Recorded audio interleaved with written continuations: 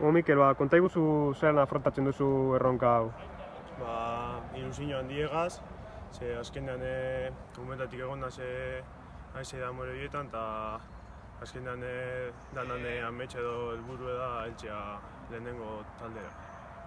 Lehen taldean dagoen beste teizena Mikel Saizar da, lehen mailan jokatu duen esperientzia handiko atezaina. Zer suposatzen du zuretzat berarekin lan egiteak? Beragaz entrenetan eta oso pozik nauz, urteak daroaz jolasten eta aholku honak emoten doztez eta beragaz asko ikusten dut. Gainera entrenatzaile bezala, Rufino Leko zornotxarra dokozue, berak ere bible polita egin zuen atezen bezala, berarekin ere asko ikasten, ezta?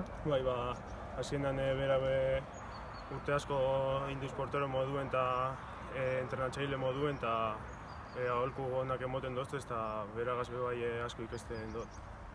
Eta hainbeste hilabete entrenatu barik egon ondoren, zelan joan dira lehen entrenamenduak? Azkenean hasteko gogoakaz, ze hainbeste denbora ostean etxean egonda eta aspertute, lehenengo astea nire ustez ondo joan da eta apur bete kantxe dut eta hori gero eta bet.